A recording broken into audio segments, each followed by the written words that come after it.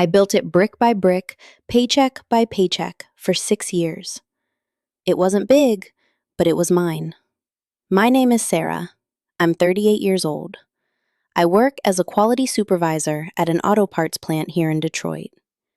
And ever since I turned 31, every dollar I didn't spend on rent, on clothes, on whims, I put into that account I opened at Chase, just for the house. I didn't ask anyone for help. Not my parents, not my brothers, not any man. I did it alone. The house was in Saginaw. I always had this weird dream of owning something in Saginaw, where my grandma grew up, where I spent my childhood summers smelling wet earth and fresh baked bread. It's not a trendy city. It's not Aspen or Sedona. But for me, it had something I can't quite explain. Something you feel right in your chest when you step off the bus and the air just smells different. I bought it 3 years ago. A 2-bedroom house, a backyard with an apple tree, a covered driveway, and the deed in my name. Only mine. What happened on Christmas Eve last year is still hard for me to put together without my throat closing up. I got to dinner late. Work didn't let me go until December 22nd that year, and I spent the 23rd on the road because the 7 a.m. bus broke down right outside of Flint. We pulled into Saginaw 4 hours late. By the time I finally walked into my parents' house, it was almost 9 at night. There was hot cider on the stove, Christmas carols playing on the kitchen radio, and my nephews running down the hallway, their socks sliding on the tile floor. My brother Ryan was out on the patio with my sister-in-law Chloe. I waved at them from a distance. Just a quick gesture, because my bags were heavy, and I wanted to drop them in my room before hugging my mom. I crossed the kitchen, turned down the hall, and right as I was about to push open the door to my childhood bedroom, I heard voices coming from the utility porch. They weren't talking loud. They were speaking in that specific way people do when they don't want anyone else to hear. That tight, almost whispered voice that, ironically, bleeds through walls better than a scream. It was Ryan's voice. I froze. It wasn't a choice. My body just stopped on its own. "Everything is ready," he was saying. "The notary told me that the power of attorney Mom signed is enough. Sarah doesn't have to know anything until we want her to." There was a short silence. Then came Chloe's voice, my sister-in-law, the one who always hugs me twice when I arrive and tells me I'm her favorite. "And if she asks about the deed, let her ask," Ryan said, and he laughed. A small, satisfied laugh, like someone who just won a bet. "By the time she wants to make a move, it's going to be way too complicated for her." The papers say something else now. The bags slipped right out of my hands. I caught them before they hit the ground, but my heart had already dropped. I went into the room, closed the door without making a sound, and sat on the edge of the bed where I slept my entire childhood. The checkered quilt still smelled the same as always. Outside, my nephews kept running, the radio kept playing carols, and I sat there with a dry mouth, freezing hands, and a ringing in my ears that wouldn't let me think. The first thing I did was breathe. The second was pulling out my phone. I didn't call Ryan. I didn't march out to the patio to confront him. I didn't scream, I didn't cry, and I didn't walk into dinner acting like nothing happened. I dialed Claire. She's been my lawyer for 4 years. The exact same person who helped me with the paperwork when I bought the house. It was Christmas Eve, 9:15 at night. Claire picked up on the third ring. "Sarah, what happened?" I told her everything in under 3 minutes. My voice was shaking a little, but the words came out in order. Ryan, the notary, my mom's power of attorney, the papers that say something else now. Claire listened without interrupting. When I finished, there was a 2 or 3 second pause that felt like a lifetime. "I need you to listen to me very carefully," she said. What you're describing sounds like a fraudulent transaction using a forged or misused power of attorney. That is a crime. But I need to see documents before telling you exactly what we're dealing with. Do you have copies of your deed? I told her yes. I had everything saved in a folder back at my apartment in Detroit, scanned and backed up to the cloud. Perfect. Do absolutely nothing tonight. Don't confront anyone. Eat, say hello, act completely normal. Call me on January 2nd, and we will review everything. I hung up. I sat on that bed for another 5 minutes. Then I got up, washed my face with cold water, and went out to have dinner with my family. That was the longest night of my life. Ryan hugged me when he saw me in the living room. He told me how glad he was that I made it, that they were getting worried that I looked tired from the trip. Chloe poured me some hot cider without me even asking, and asked how work was going. My mom stroked my hair, just like she did when I was a little girl. My dad was asleep in his recliner with the cat on his lap and a variety show on the TV. I ate. I smiled. I endured. At 11 o'clock, when my nephews were tearing into their midnight gifts, I excused myself, blamed the exhaustion from the trip, and went to bed. I closed the door, and right then, I cried. But I did it quietly, shoving my face into the pillow. The kind of crying you do when you absolutely cannot afford to let anyone hear you. It wasn't just rage. It was something much more complicated. It was the memory of my brother Ryan teaching me how to ride a bike in that exact same patio.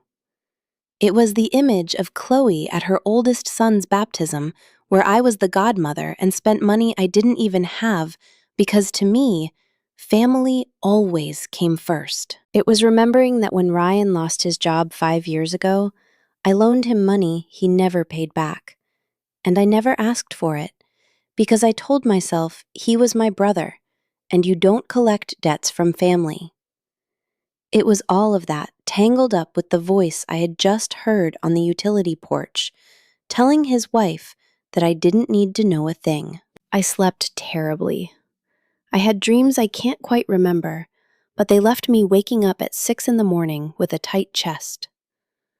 On the 25th, I ate breakfast, helped clean up, and by noon, I told my mom I had pending work and needed to head back to Detroit that same day.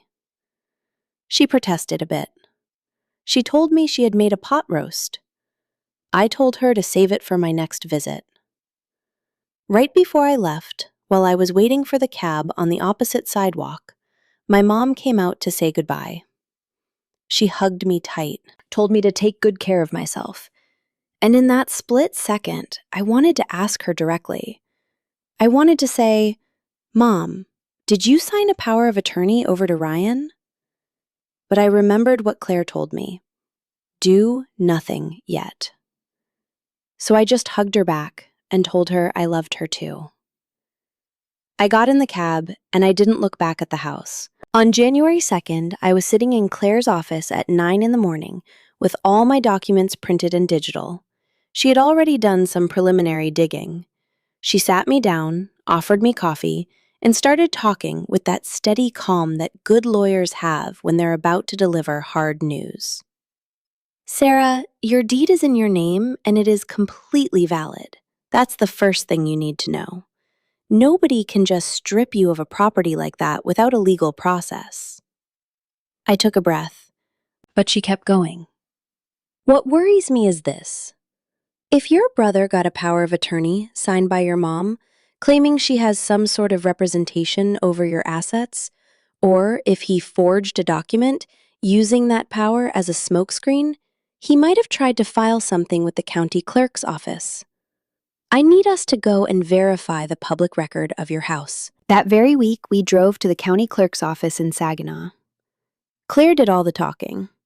She requested the history, she reviewed every single page.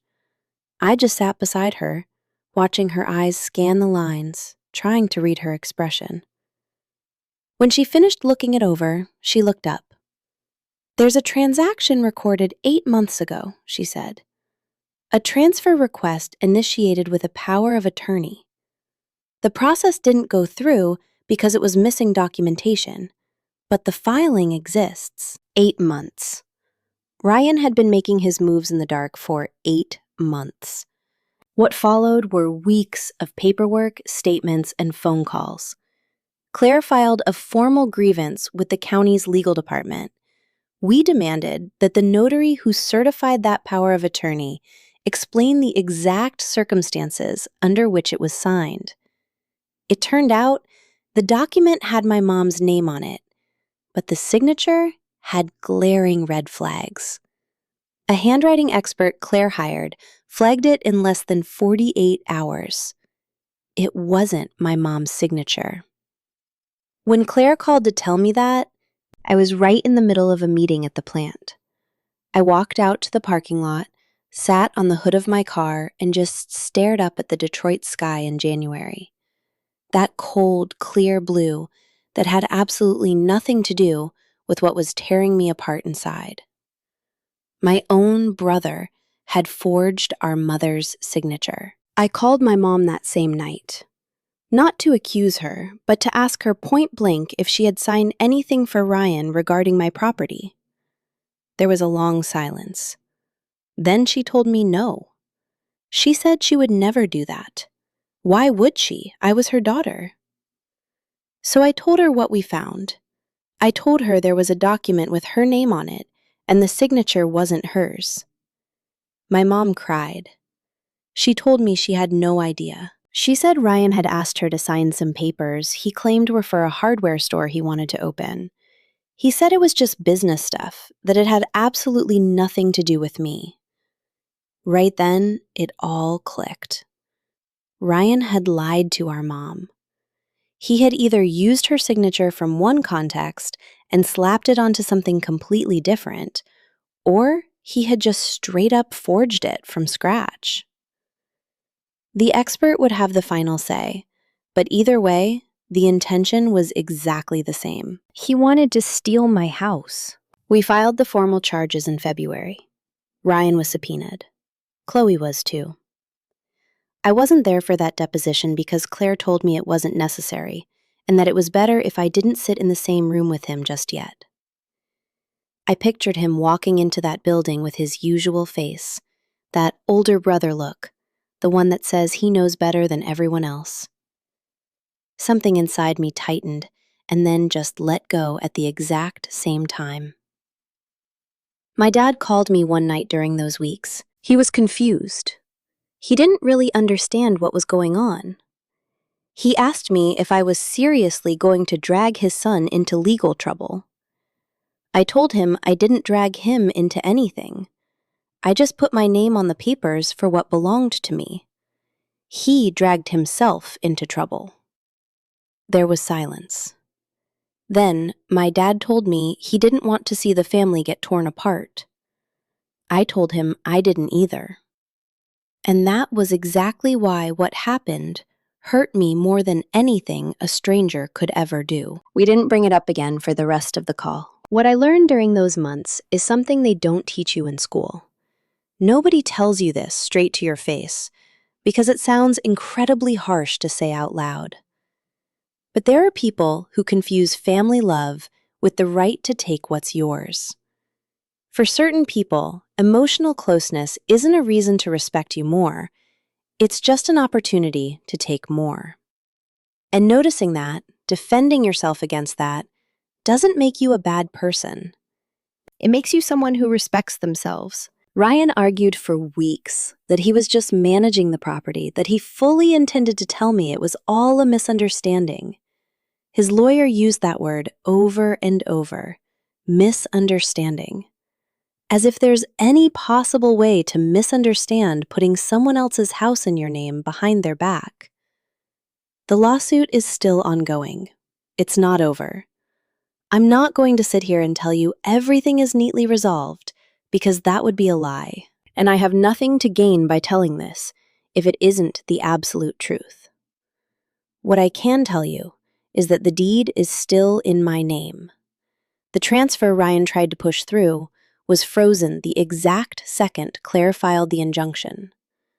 My house in Saginaw is still my house. I went to see it in March. I went alone, took the bus just like always. I pulled out the key I keep in a special little pouch inside my purse, opened the door, and stood in the doorway for a second. The apple tree in the backyard had fruit. Nobody had watered it. Nobody had cared for it. But it kept giving apples. I sat on the back patio steps with a coffee I bought on the way and just stayed there for about half an hour, doing absolutely nothing. I didn't cry. I had already cried enough. I thought about the 6 years it took me to scrape that money together, the Decembers I skipped vacations just to save, that paycheck right around my 33rd birthday that I dumped entirely into the savings account, telling myself I'd have more money to spend next year. I thought about the face of the woman at the bank when she finally handed me the payoff paperwork, and how I had to bite the inside of my cheek to keep from crying out of pure relief right there at the teller window. I thought about Ryan too. Not with hate. Hate is way too heavy to carry around every single day, and I've already got enough weight on my shoulders. I thought about him with something closer to sadness. That specific kind of grief you feel when someone you knew one way turns out to be completely different. When you realize that the version of that person you loved was at least partly a story you told yourself. A friend asked me recently if I regretted filing the charges, if I regretted taking it this far. I told her no, not because I'm vindictive, but because if I didn't do it, I'd be teaching my niece, Ryan's 11-year-old daughter, the one who calls me Aunt Sarah, that women who work hard and build things with their own two hands just have to tolerate it when a family member swoops in and takes it. Because we're family, and you don't cause drama. I refuse to teach her that. I don't know where my relationship with Ryan is going to land when the dust finally settles. I don't know if we'll ever really talk again. The way two siblings who grew up under the same roof used to talk, sharing secrets. Maybe we will, maybe we won't. What I do know is that I'm not going to pretend this didn't happen just to make him comfortable. What does get to me sometimes is the situation with my mom. She didn't know what Ryan was doing. Or, at least, that's what I choose to believe, and I have good reasons to believe it. But there are nights when I think back to that Christmas Eve, to the hot cider she put on the stove, and the way she stroked my hair. And I remind myself that all of that was real too. That people can love you, and at the exact same time, fail to protect you. Those two truths can exist in the same room, even if they hurt together. I talk to my mom often. I ask how she's doing. I send her pictures from work. I tell her normal things. She asks about the lawsuit every now and then, and I tell her it's moving along. We don't talk about Ryan directly. Not yet. Maybe soon. There's something I want to make crystal clear to anyone listening right now, especially if you find yourself in a similar spot. If you have something that belongs to you, and you catch someone in your circle looking at it in a way that makes your gut twist, get your paperwork in order. Keep scanned copies in the cloud. Have the number of a lawyer you trust saved in your phone, even if you don't need them today. Not because family is the enemy, but because paper protects agreements, and agreements protect relationships. When nothing is in writing, everybody's memory conveniently shifts to whatever suits them best. And if you ever find yourself standing in a hallway with your bags in your hands, listening to a conversation you were never supposed to hear, don't panic. Don't make a sudden move. Take a breath, lock down the information, and find someone who knows exactly what to do with it. My house in Saginaw smells like wet earth when it rains. The apple tree gives fruit even when nobody takes care of it. The driveway has this stain on the concrete from when I spilled paint the day I was fixing it up, all by myself, a Saturday in October, with the music turned up and nobody around to help me. That stain is mine too. What brings me back to this story the most isn't the fraud or the lawsuit. It's that key tucked away in a special little pouch inside my purse. 6 years of quiet paychecks. Decembers without vacations. Birthdays locked away in a bank account. Nobody can take away what you built with that kind of patience. And if someone tries, having your papers in order and keeping a cool head is worth a hell of a lot more than screaming. The paint stain on the floor is yours too. Just a quick heads up for everyone tuning in. This story was created and developed by artificial intelligence, designed to keep you entertained while hopefully leaving you with something valuable for the road ahead.